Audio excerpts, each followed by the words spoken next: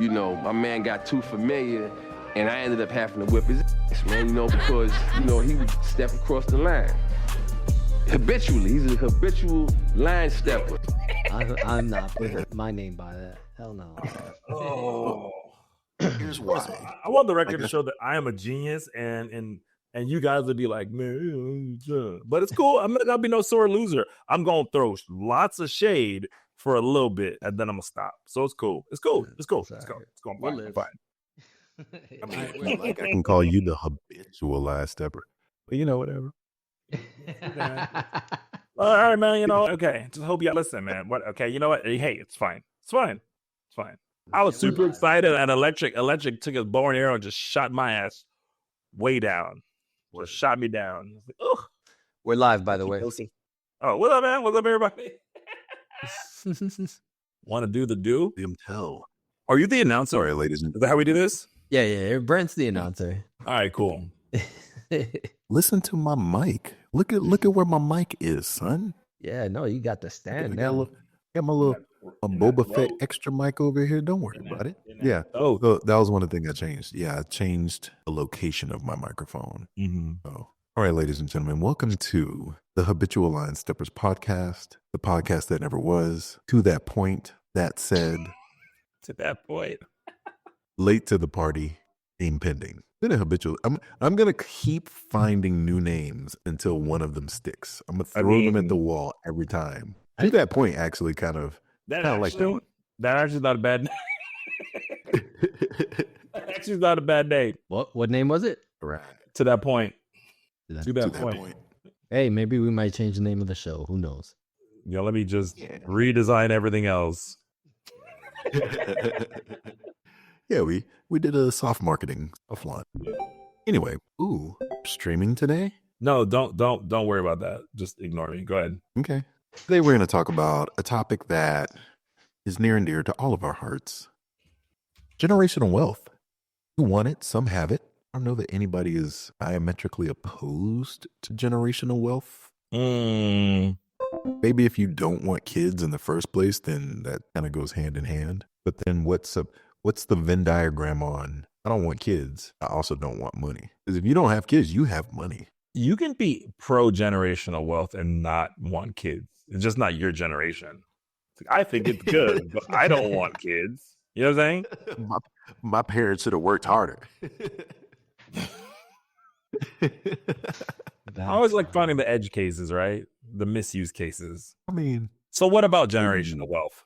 Well, so there's so many things about it. One, apparently it doesn't last for more than a couple generations. I've And heard. granted, and there's clearly exceptions, like the Walton family, the family behind Walmart. Shit. I mean, to that point, are they more than 3 generations?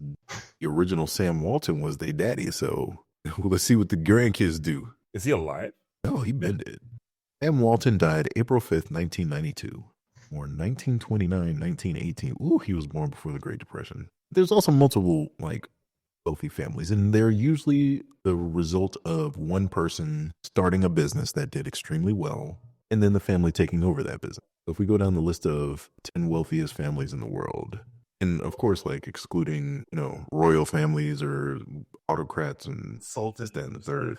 Yeah, clearly the family behind, the Abu Dhabi royal family is the richest family. And really, Walmart is right there with them. But yeah, the family behind Louis Vuitton, the family behind Hermes, the Koch brothers, their family, the family behind Mars candy bars and Snickers and whatnot, the Hershey family. Usually it's oh yeah, Pop started a business and became a billionaire. And now we're just keeping it going. Oh, Pop became a billionaire?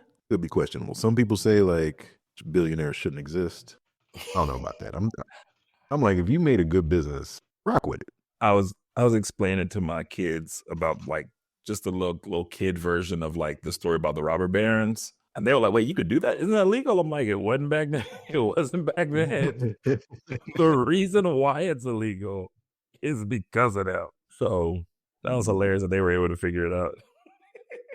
That don't sound right. That should be a whole other topic. The way so much of the law is trial and error. Hey, you didn't say we couldn't do this. And eventually people are like, that's wrong. I mean, they were the Couldn't do that first. anymore. They're the first dudes to like, not the first dudes, but like they were the dudes that like push. Like, can I get away with this? Let me see. You know, I mean that's. I mean that's a prime example of like I don't think that billionaires are not. I don't know if I go so as far as saying that billionaires shouldn't exist. Okay, so first of all, billionaires shouldn't exist. They shouldn't. I'm not saying like you should like destroy all billionaires. What I'm saying is that billionaires, the system should not be set up for somebody to amass that much wealth. Like that is number one, unnecessary. Number two, based off of how like, you know, we talk about generational wealth, how it leaves, you're amassing this money for who? Not for many people, right? And this is enough money to solve lots of society's ails and things like that. And most of these people are Christian. I'm not Christian, but I'm very concerned because a lot of people but I grew up that way, you know what I'm saying? And it's like, am I reading the same book as these people? Because like, you have a responsibility to help certain people out. You literally have enough money to do it. Like you do, like you, Mr. 1 billionaire, have enough money to do it. But, you know, why aren't more billionaires doing something? Charity is not how to solve the problem. Charity is a Band-Aid on a broken system. So like, why are we celebrating or like looking up to these billionaires when they've literally had to have either directly or indirectly subjugated people and put people in shitty positions to have an amount of money that like practically can't be spent? Dude, let me ask you something. Do you think, all right, so when a billionaire donates money to charity, knowing that the money that goes to charity really doesn't go to the purpose that charity was really created for, because there's a lot of overhead and stuff like that that needs to get paid off. Like if I was a billionaire, I would legit just bless people straight up. I know about the tax savings and all that when you donate to a charity, but I don't know. I'd rather see people benefit from my riches. You know, like if I was a billionaire, dropping $10 million to just go around and like get people set up in their homes. And like, you know, you can't do it for everyone. I understand that. And I know that's controversial to say, but like, say for instance, you buy somebody a home, but this person can't keep a job. You could pay the whole house down, but if this person can't keep their job to pay the taxes, what happens?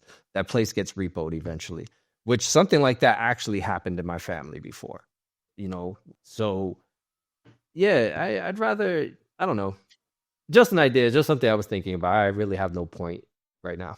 So if No, you were no, a that- billionaire, how many people you blessing? If I was a billionaire, I'd easily take 100 million. 900 million, I can't spend 900 million. From where I've come from in my life, and like I grew up very poor. And like I grew up so poor that when I used to go to my friends' houses, they had juice in the fridge. I used to think they were juice? rich. I legit thought your family was rich because you had juice in the fridge. As a child, that's what I really thought. That's how poor we were. So I don't know, coming the whole way that I've come, and I'm doing well off now. I'm really good now as an adult. But I found that like I have everything I want and need right now. I have a great home. I get all the sneakers I want, the clothes I want, the computers I want, the games I want, like everything that I want, I already have it. And I'm not even a millionaire, you know? And so I look out and I'm like, if I had $900 million, if I had $1 billion, which is $1,000 million, people, I can give away 100 million easily. I would say about 50 million, I could literally cover all my friends' homes, get them nice cars, get them set up. So this way they don't have to worry about the monthly expense. They can save their money and enjoy their life, working their jobs the way that they want, and that's it. And then the other 50 million, I could just give it away to random people. It's just people that when I'm out and about and I just meet someone and I just think they're a good person, I'm just going to bless them, yo. But isn't that charity? Yeah, but I'm not doing it for a tax write-off. I'm doing it from the business of my heart. Just- And just- it's directly benefiting the person I'm giving the money to. Instead of it going through a charity where X amount, like 50% of it at least, which the numbers are way higher than that, goes towards overhead and capital expenditure just to advertise and all that stuff. The money's going to go directly to the purpose that I want to serve. You know, like if I want to buy somebody a new car so they can get to work, I drop $35,000 on a new car directly to them. Yeah. If someone needs You know, if someone has a home, but they can't afford to change their HVAC system, I got you. I'm going to help you with that. You know, if someone's renting an apartment, but they have aspirations to go to college, and for some reason they can't get financial aid because of their income is too high, but their rent is also too high, it makes it hard to pay for those things. And a lot of people say, well, then move somewhere else and rent somewhere different. Okay, Sometimes you just can't. yeah, just move. Just move. Have you people like that haven't like probably don't own property or like have a family because you can't just move. It's not or a haven't moved. or have to move. It sucks, bro, and it's expensive. Yeah. For me, like growing up how we grew up, you know what I'm saying? When we immigrant family, so I don't really have to go into it because everybody kind of knows the story and how that works. But and then also look at it from like an engineering perspective. I'm looking at like I can give somebody like a bunch of money, and I absolutely would give like my family and close friends money and stuff like that. But I wouldn't give random people on the street money. And the reason I wouldn't do that is because that I mean, I'm not against doing that, like that. But that isn't for me. I'm looking at like how to affect like large communities at a time, as opposed to so I can give a person like $100,000, or I could put $100,000 in a community. You know what I'm saying?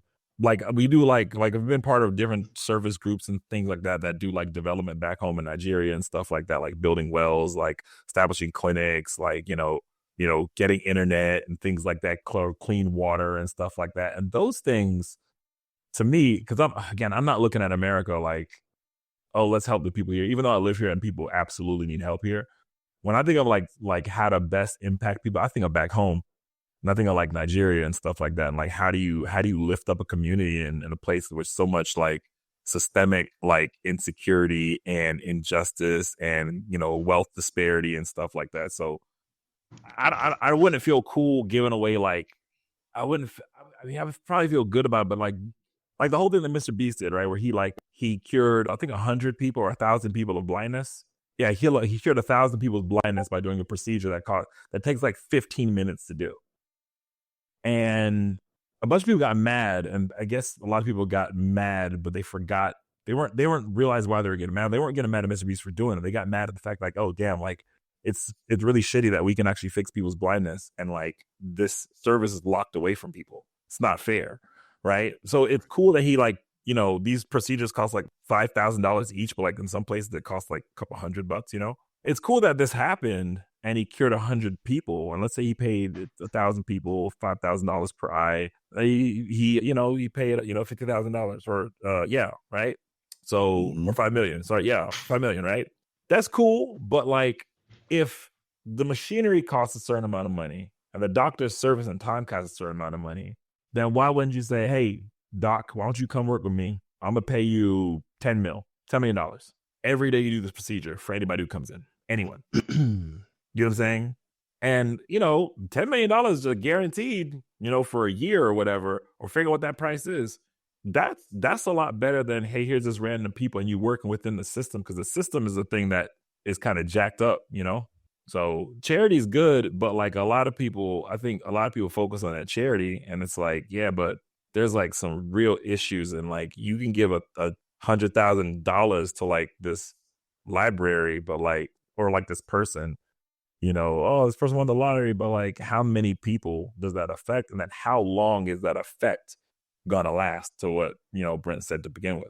It's funny. To that point, how many lottery winners go broke? About a third of lottery winners end up in bankruptcy court.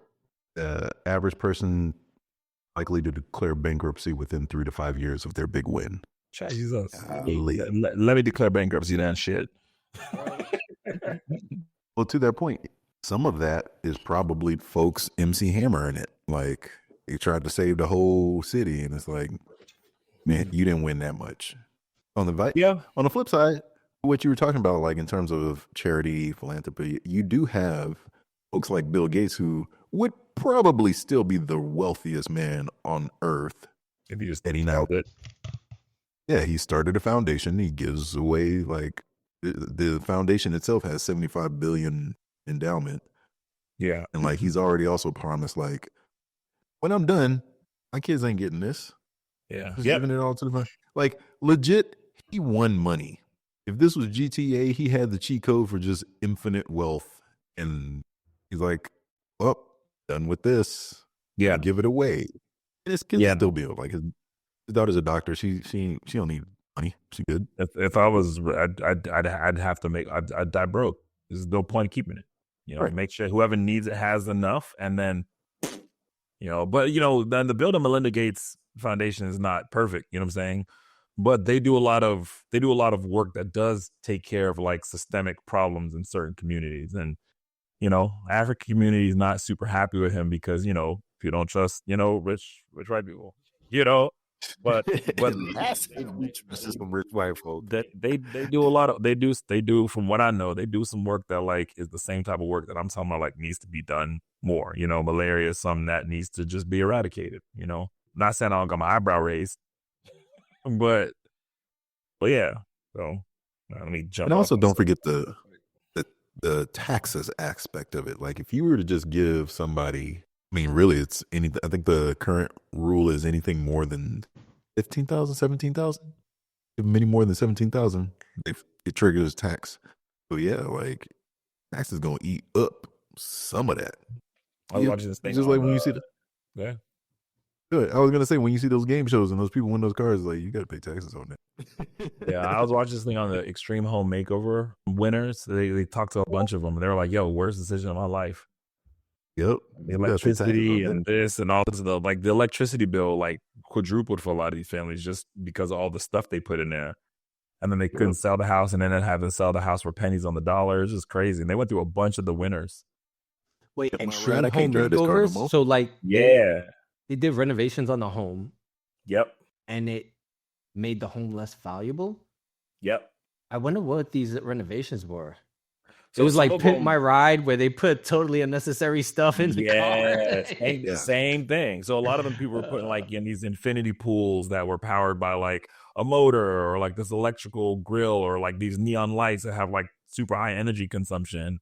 And because some of these features couldn't be turned off. You know what I'm saying? Oh man, Oh, look at this convertible, like this fireplace or this TV, or like we had a whole big game room and they're over here playing games and not happy because they got this, and then it's like they get the bill and like, yo, So what one family did was they shut off power to half the house that we can't afford it. So they had all this dope stuff never powered on. Wow. Yeah, and so when people evaluate, they have to take that in consideration. It's like, what's the drain in this house? And then because it was on Extreme Home Makeover, a lot of people would like come by and try to look at the house, and they had break-ins, so that will also drop property value as well too. So they couldn't even sell it for what they bought it for what is appraised for. Yep. Damn, that's tough, mate. That's why if they ever rebuild my house, selling it immediately, especially in this market shit. But they wouldn't rebuild my house. House just got built yesterday. So to that point, that's people giving you money. And we're specifically talking about folks that just had it like that. They have it like that or had it like that. I'm thinking about, there are families that are famously wealthy families that over time fell off. And so, like, I think in America, one of the famous families that fell off is like the Vanderbilt family, where you've heard the name. robber barons. Yep. Yeah, they fell off hard. Mm-hmm. And then there's other families where it's like, oh, they just became this other family. So like they're still wealthy, but they're not the original. So I think the Fitzgeralds eventually became like the Kennedys. So, they're still around. They're still wealthy, but it ain't like that Gilded Age wealth. Yeah.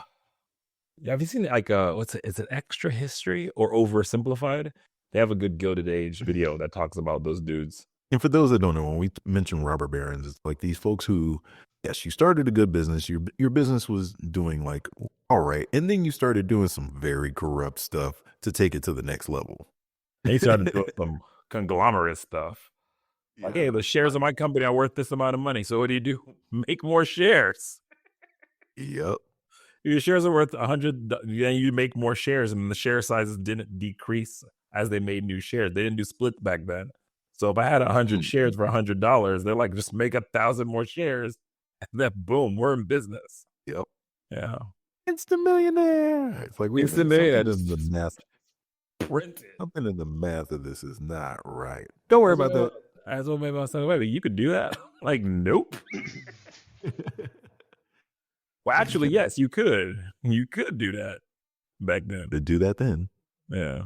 So we got certain families, right? That, speaking of generational wealth, we have certain families that have amassed so much wealth year over year. And like some of the families are like the Walton family, you know, people that own Walmart. I'm seeing their net worth is over $240 billion. Do you know how much money that is? That is crazy. And then you have the Mars family from Mars Inc. You know, they you know, these are the people that make the candy, the chocolates, M&M, Snickers, and they have so many other things under that. They amassed around 120 billion. You have like Koch Industries, the Koch family, 100+ billion. A billion is just so much money. But then to have 100 of those billions, that is insanity, man. So how much is too much money? Do you think there should be a cap on how much money somebody can make? How would you measure the cap? No, let's not get there first. That's the secondary question, yeah? So when we say there's cap, like, do we say they make enough money and then once they make more money, it just spills out into other things? Like you can't use that money for yourself, but you got to distribute it amongst it's not yours. the It doesn't even population. become yours anymore. Yeah, it doesn't even become yours anymore. But then who does it become? The government? To the point, I think it solves itself in the way that these families fall off. No, but I see what you So- mean. Yeah, go ahead and explain it. So to that point, like you have like a family like the Vanderbilt who in their time were that level of wealth, but as it goes on, you have so many different family members. They want this, they want that, and like as it spreads out, it becomes like you're dividing the pie so much that it gets to the point where the family's not that wealthy. Each individual member of the family, they all right, but they ain't like balling. But they decide they're not real. Right. And so we're probably going to see something of that level with like the Waltons, the Mars family. We absolutely are. Yeah. But what's the damn that's done in the meantime? I mean, you know, somebody going Gotta break a few eggs. somebody gonna ball out. Somebody gonna ball out. And also we are all gonna get hilarious drama of this family said this about this one, as they fight for like, you know, because it's rare that you have this level of wealth and everybody's all happy go lucky. Like, hey, we good. Drama will happen. And the family will destroy itself. But I don't see that as it equalizing itself out. I mean, yeah, I guess it does. It's like if you have let's say if you have like a rampaging murderer, right? And he's just murdering everybody in like a line. And then you're like, he's gonna tire himself out. Like, I don't want to wait for him to tire himself out. Because he's gonna like work his way down the list like pretty efficiently and then tire himself out and leave a wake of like corpses and bones and sinew and stuff like that, you know? Well, I mean, to take it back to MC Hammer, because, you know, it's such a great example of that. Have incredible wealth, and then you do too much, and now you're declaring bankruptcy. For those that don't know, MC Hammer, he made crazy amounts of millions in the 90s. And Michael C. Hammer. he just basically helped out too many people and completely went broke. So that's the gist of the story. There's plenty more to it, but that's the overall gist. That doesn't matter his name at all, by the way. Michael C. Hammer. Man's name is Stanley. Calm down. That was his Stanley was his stage name.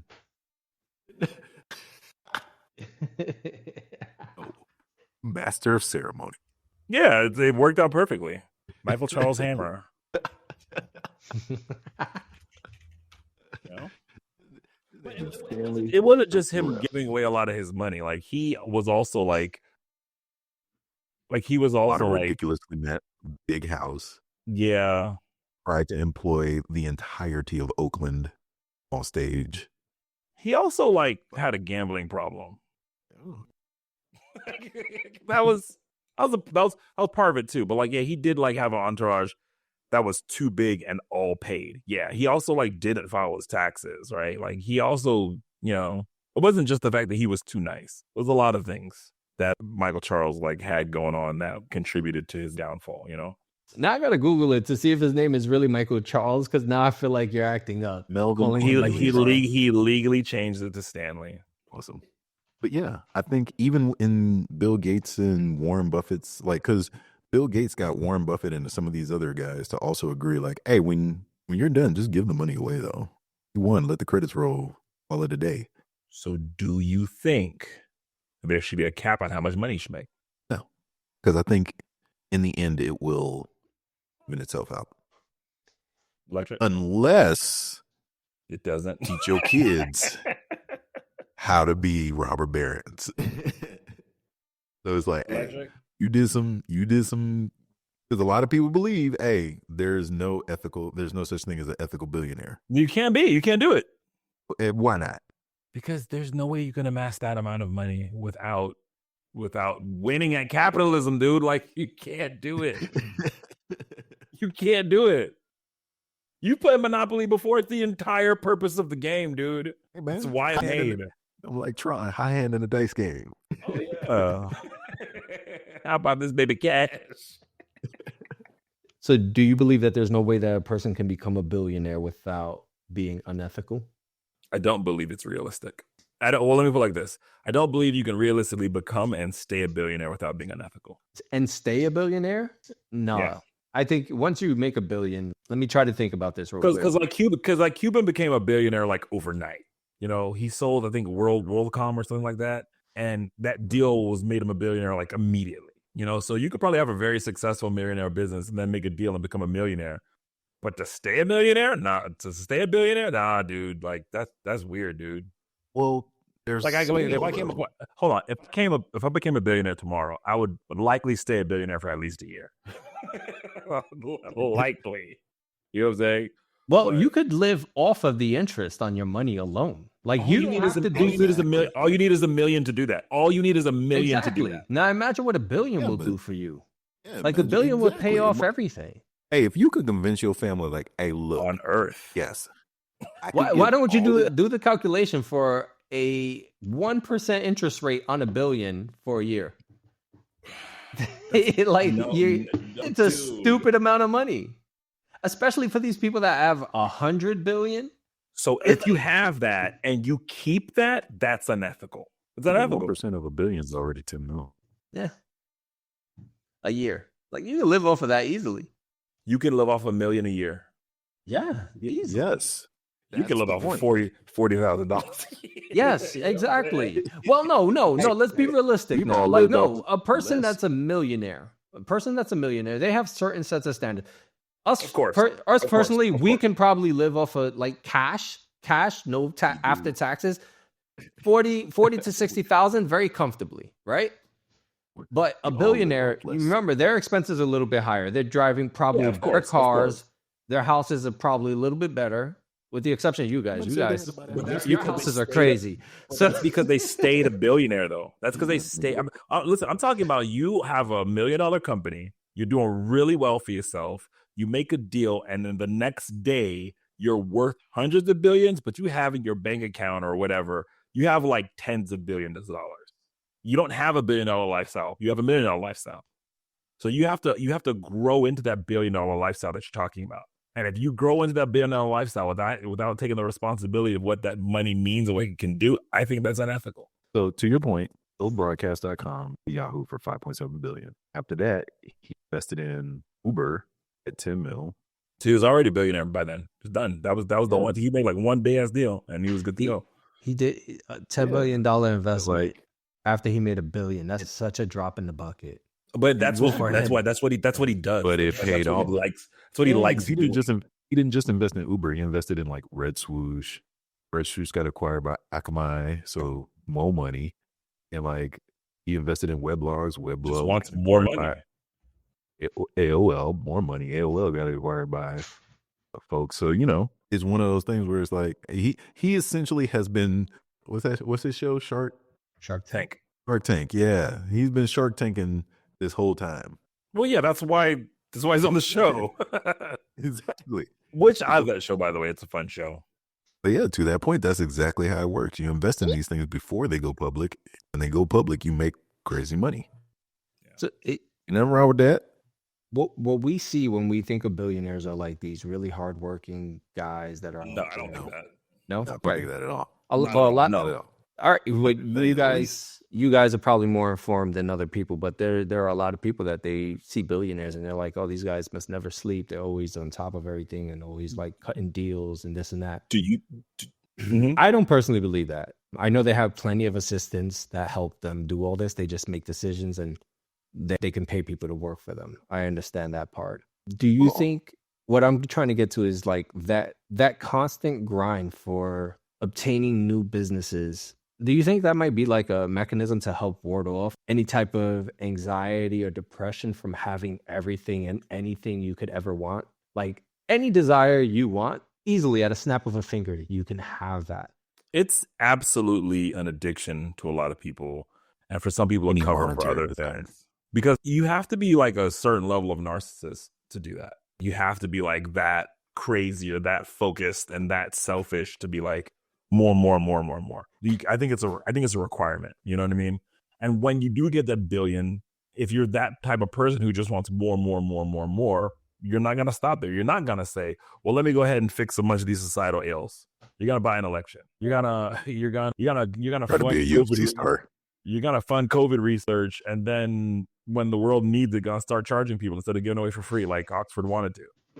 You know what I mean? Like you're gonna do a bunch of those things. So it's like a requirement, I think, and I think it is like some kind of illness, not illness, but like it could be an illness, but I think it's some kind of like condition. You know. I mean, to that point about billionaires and happiness. So, should there be a cap on how much somebody? Look at all these billionaires who are losing. Yo, you were talking about Tesla dude. He's lost around 119 billion just this year. If you add in how much he's lost. Well, some of it lost because he like legit gave away some of it, you know. Did you see what? I mean, he's already spent like hundreds of millions to get dude elected. Did you see the interview where someone was like questioning about whether or not this was all worth it to him? You can see the instant regret right there when that question was asked. Oh man. Because he has to do like more work now, and that's like he has to like talk to people and like, you know. Yeah. And he's down 120 billion. I'm sure it's gonna be. Well, it's like Twitter. Like I have to make this worth it now. I have to make it work. Right. No. Horrible. And he just resigned. Exactly. So he's not hired, bro. Fuck. Yeah, he literally can stop at any point. I thought about that. But I wonder if he decided to back out now, Trump would turn on him and he would, hold on, he would try to possibly pass so many laws that would hinder his business. He would just be like, oh, you know, Tesla sucks, this and that. You guys are right. Keep destroying them. You know, like he would you're just. Not getting your tax credits. You're what do they call them? Those emission credits or whatever they're called. Yeah. And then he'll put a tariff on the part of Africa he's from, and he like Trump will wall out. So I wonder if Elon at this point is a prisoner. Like if he wanted to back out right now. No, that's what a lot of people are in that situation that Electric just described. Like who? Like a lot of people that made their beds with them, you know. Oh, there's a lot of people who, like Tulsi Gabbard, career suicide, unaliving. I mean, I don't think. Again, you have to have a certain type. You have to be a certain type of person, so they're gonna regret it in a way that we don't. You know what I mean? But to that point, there's a lot of people that said, "Oh, he shouldn't have this much money. He has less now." Yeah, Bezos lost a lot with him. Zuckerberg. He's like Diddy. Like you're not gonna win, bro. Like everything touches horrible. Yeah, I just got signed Diddy. Ugh. This is before like we spoke publicly about how much of a weirdo he was. You know, so I thought Zuckerberg and Jeff Bezos was going to play a bigger role. You know, because they were at the inauguration, so I'm thinking, oh, he got all the cronies in. So here it goes. But it was only Elon. No, it was ring kissing, dude. Like he basically almost shut down TikTok. Do you want your business shut down for literally no reason? No. So he shoved the 34 on 30, whatever number he is. They shoved his giblets down his throat and was like, yep, fuck all that. And granted, you got to look at it. You got to remember that Facebook and Twitter are like competitors. Yep.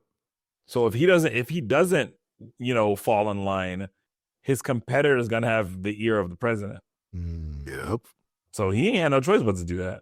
I mean, he didn't have a choice, but he's a bitch. It's fine. Exactly.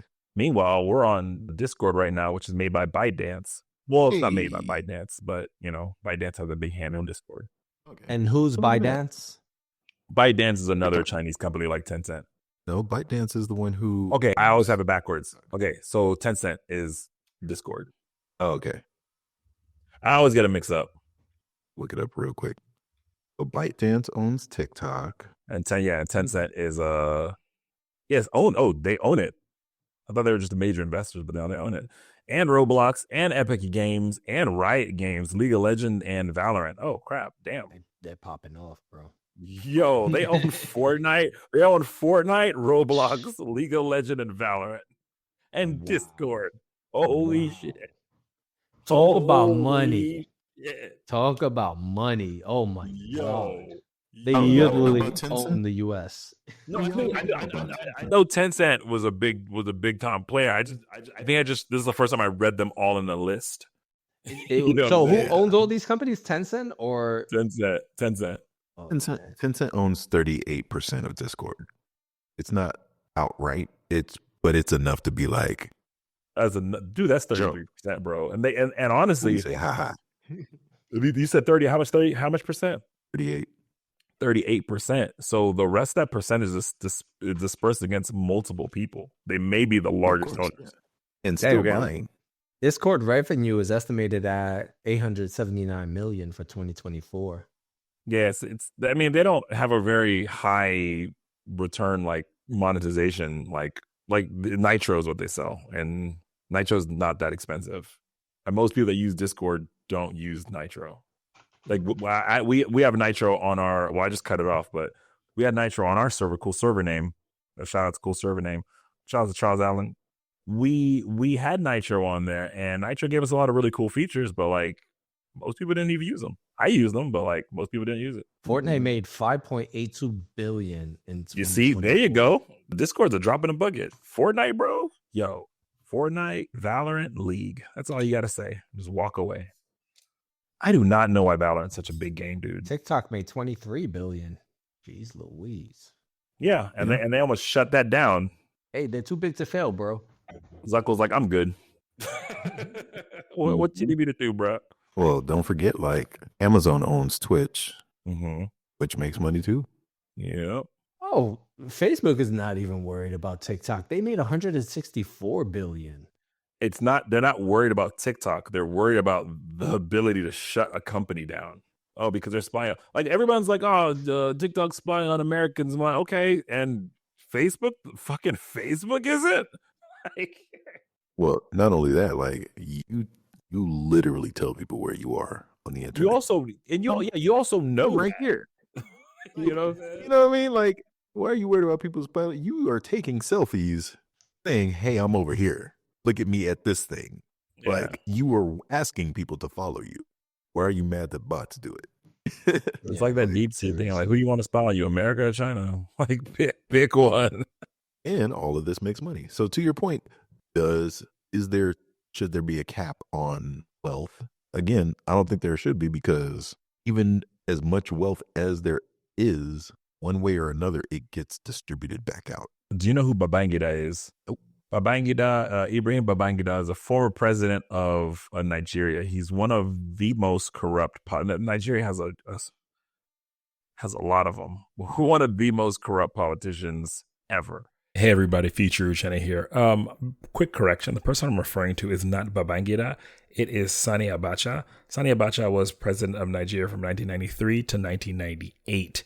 Babangida is alive and well. In fact, he just had a recent book launching, and I think that's probably where I got my lines crossed over. So I'm not referring to Babangida. I'm referring to Sani Abacha, former president of Nigeria.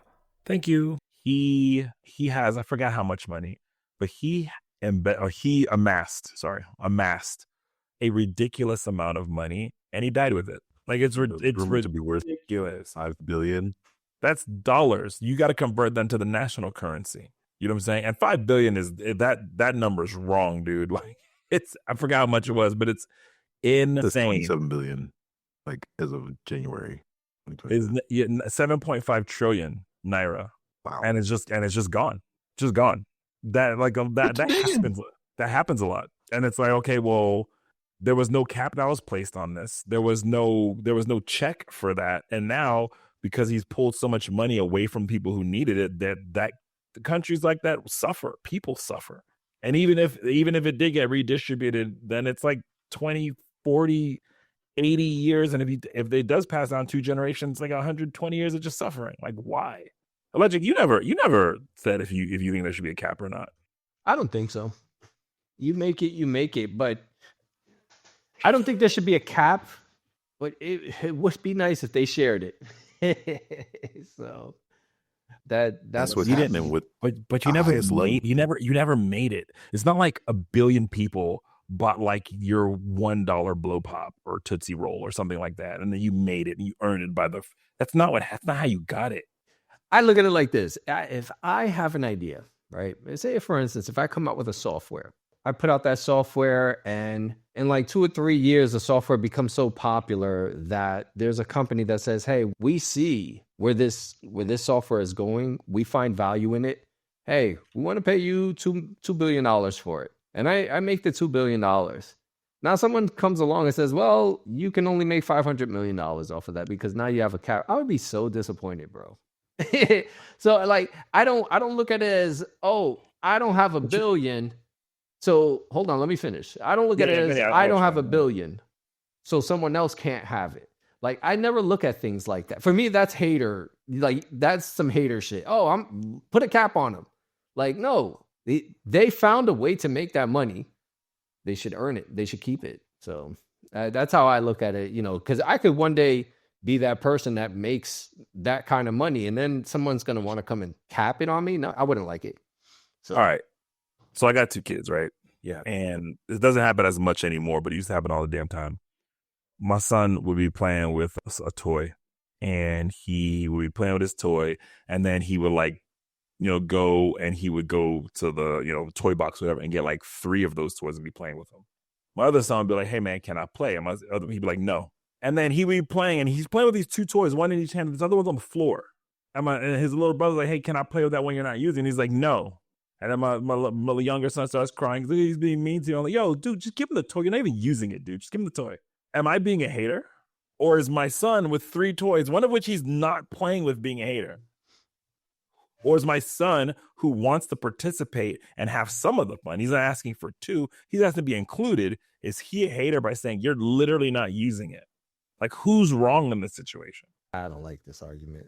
I don't feel it. No. That doesn't answer the question.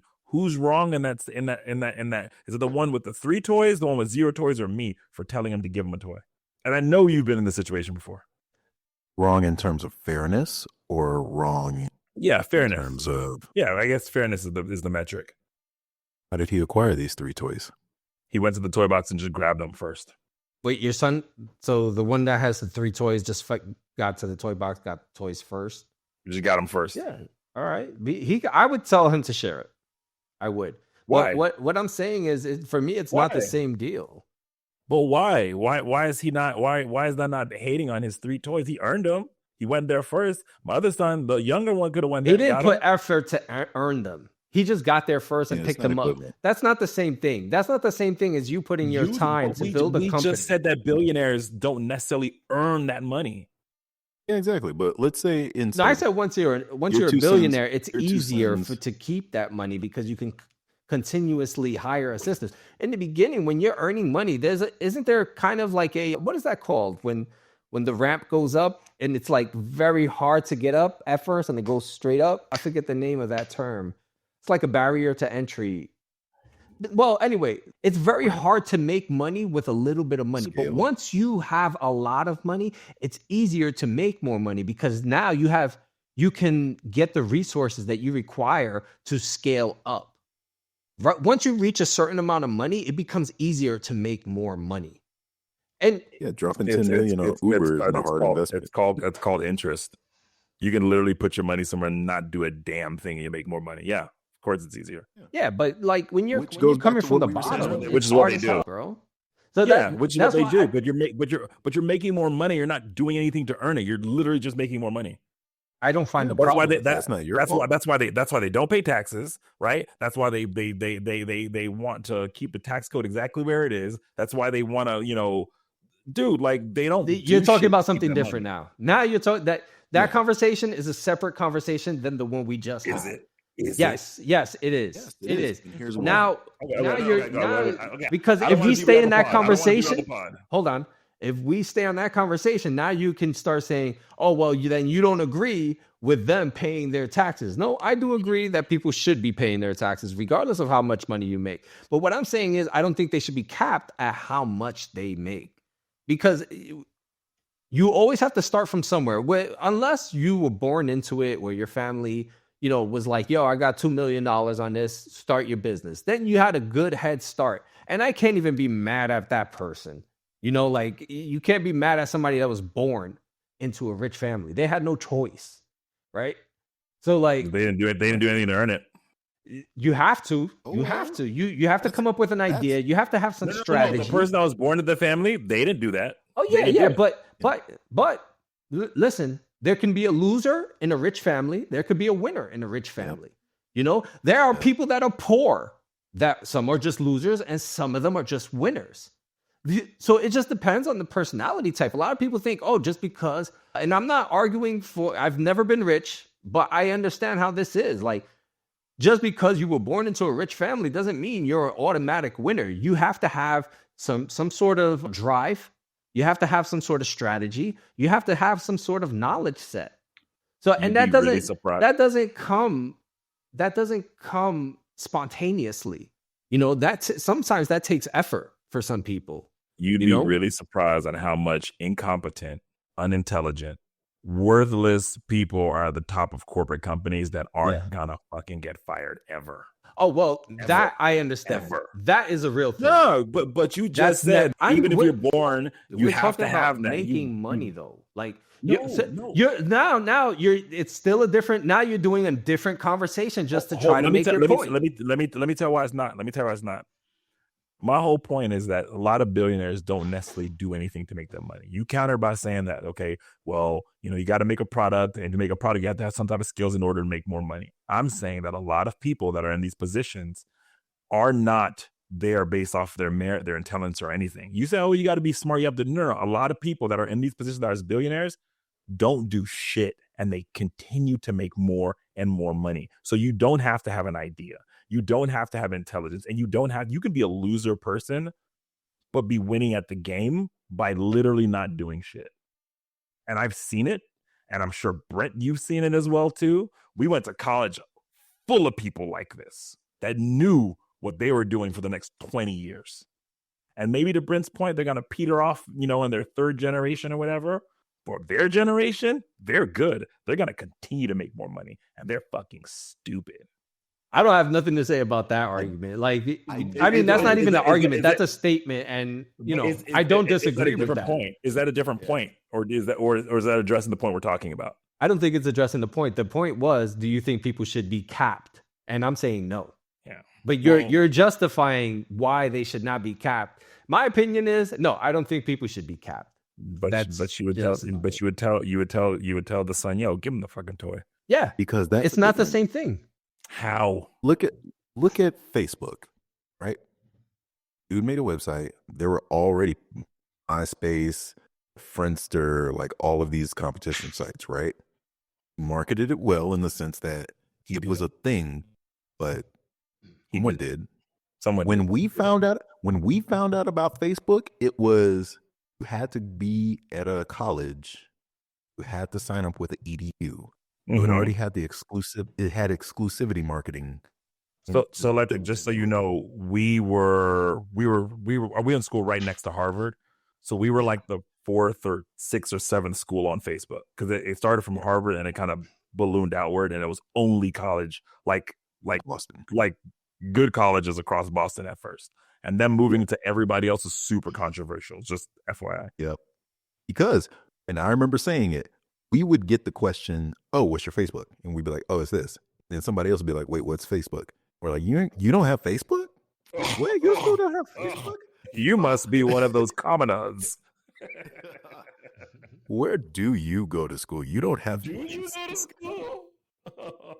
Are you educated?" So that was the marketing. And to that point, so much of that is earned word of mouth marketing, because they're not paying us to say, "We don't have Facebook."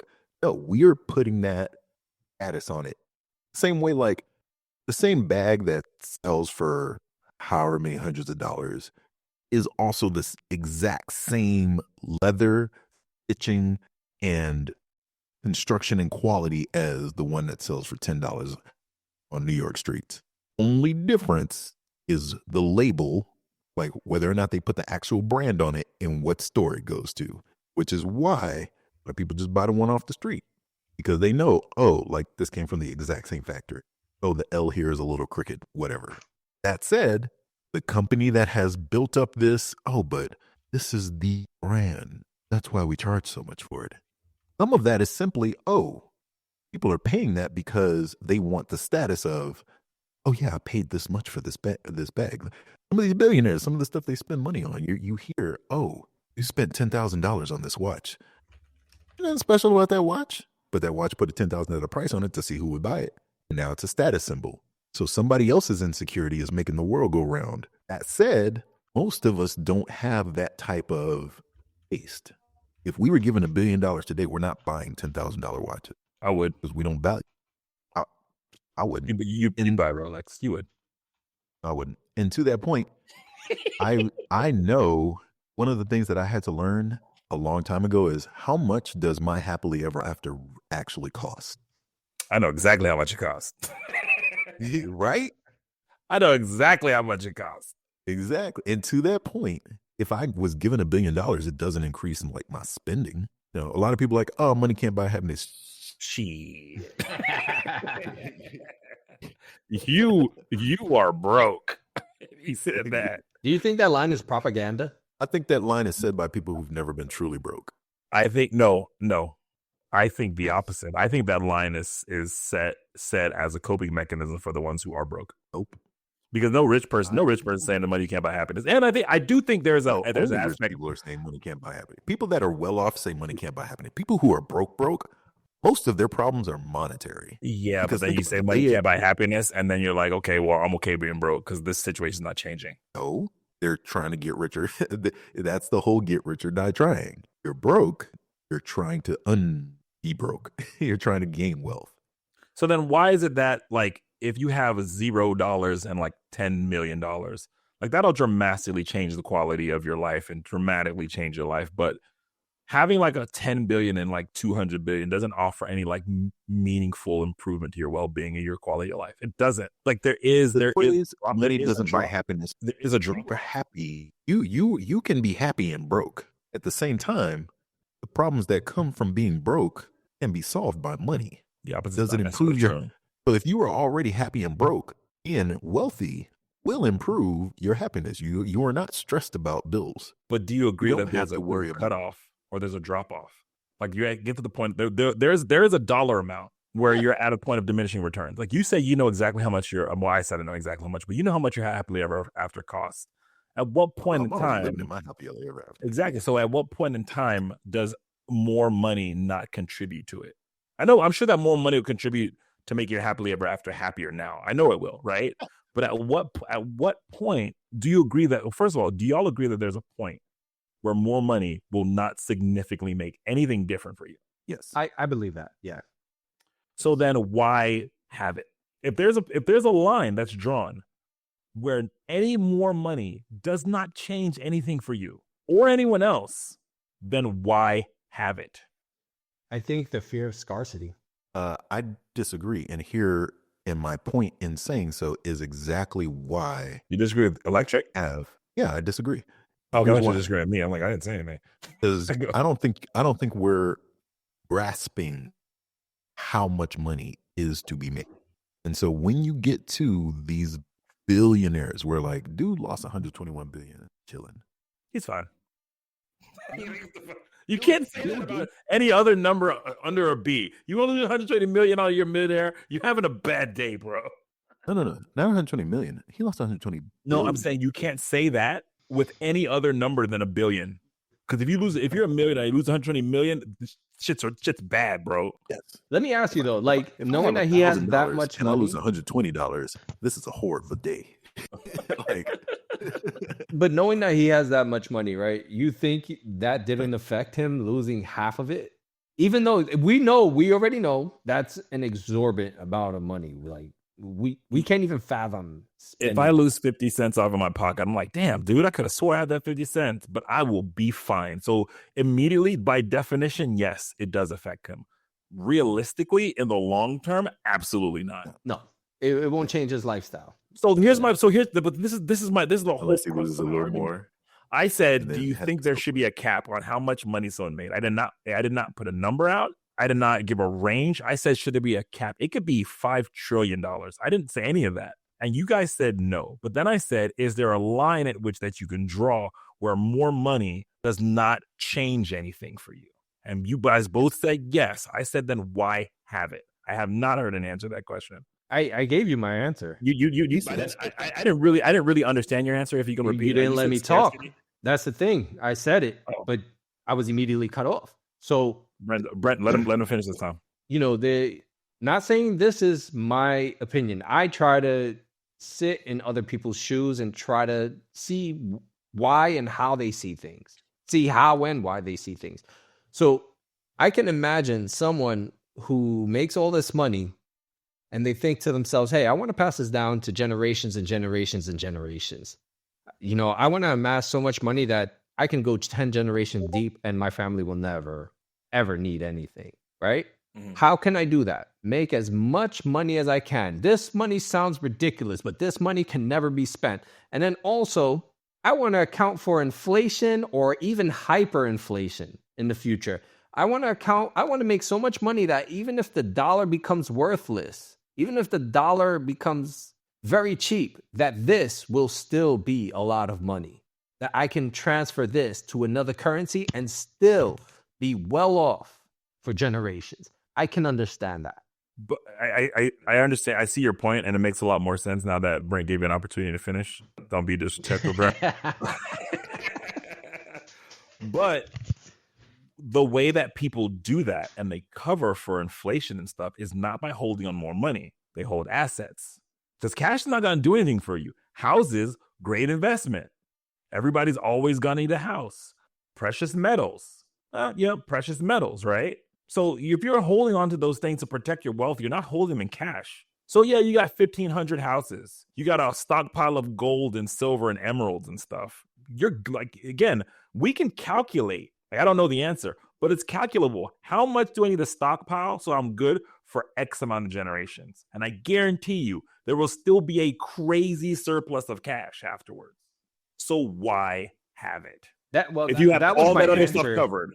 That was my answer to that. Just letting you know. That's a good answer. It's a good answer. It's a good answer. But you see what I'm saying? Like, there's ways to protect against that rich people currently do right now. Yeah. Okay, so here are the two questions, right? Hold on. Okay, go ahead, Brent. I didn't get to give my answer. Yeah, but I agree with I agree with Jason in the sense that yes, trying to stave off the eventual decline of your great family is the reason to hold on to as much of it as you can. And yes, to properly invest it into other assets that can withstand whatever changing currency may happen. That's why we don't race mix either. Joking, kind of. Joking, wow. Joking. This man and his shekels.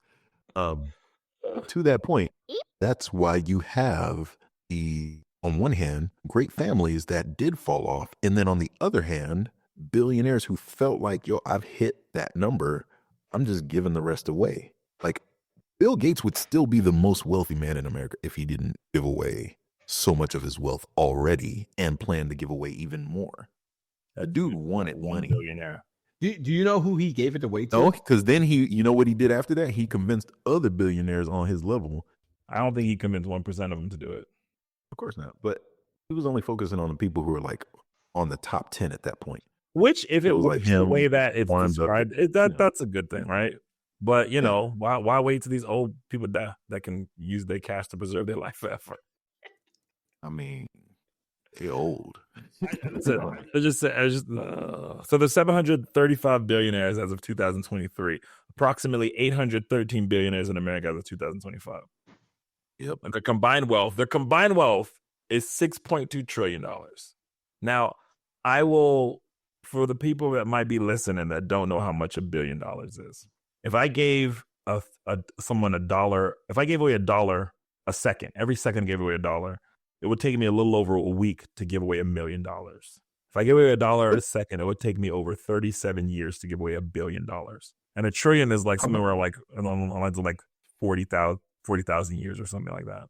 Yeah. For those that don't know, a billion is 1,000 million. A trillion is 1,000 billion. That doesn't sound like a lot, though. It doesn't sound like a lot. I Okay, like fine. what you just said. A trillion is a million. I like how Scroda just broke it down by time. That makes it seem so much bigger. But that's the point. How there's still a finite number until you run out. But I'm just saying that captures how big a billion is, because a lot of people don't. I mean, I didn't know how big. I didn't realize until someone put it like that. You know what I'm saying? All right. Like so for a trillion, it'll take $1 trillion, $1 a second, 316 centuries at $1 a second for 1 trillion. Jeez. Ouch. That's a lot, man. That was messed up. If I was a trillionaire, I'd still be telling my kids, I don't know if we got the money. That will never change. As they hop out of a helicopter. Hey, can we buy this? Oh, no. Baby, we'll see. Oh, okay. So the question that, I've heard the answers of my fellow co-hosts. I'm not satisfied. I'll be blunt. But should there be a cap for how much money a person should be able to make, right? I didn't say what it was, but should there exist a cap? And the second question is, it's known, and there's research on this, that after a certain amount of money, more money doesn't necessarily significantly impact your life or people around you. So if that's the case, then why even keep that money? Like, why even keep it if it doesn't do anything for you or other people? Because anyone can get it. The hard part is keeping it. It's pretty easy to keep it after you. It's pretty easy to keep it. Apparently not. Go ask Hartford's. It's because people were born into these families that didn't have to work for anything. I'm like, okay. So there you go. After the generations of suffering, of suffering, they weren't. But, no, not them. Not them. Yeah, but that's my point. That's how people lost it, through lavish spending, failed businesses, divorce. I mean, the wealthiest woman in America right now is a product of divorce. Is she the wealthiest still? No, because she started giving it away. Yeah. Good for her. And just in case anybody wonders who we're talking about. It's Bezos' ex-wife. Right. She got kids. She got a house. She got her kids. She good. Get your way. All right, Rebel, close us out. All right, so to that point, if you ever get $1 billion, make sure you set yourself up to keep it. And if you don't want to keep it, give it to me. I will gladly take it. This is some bullshit. All right.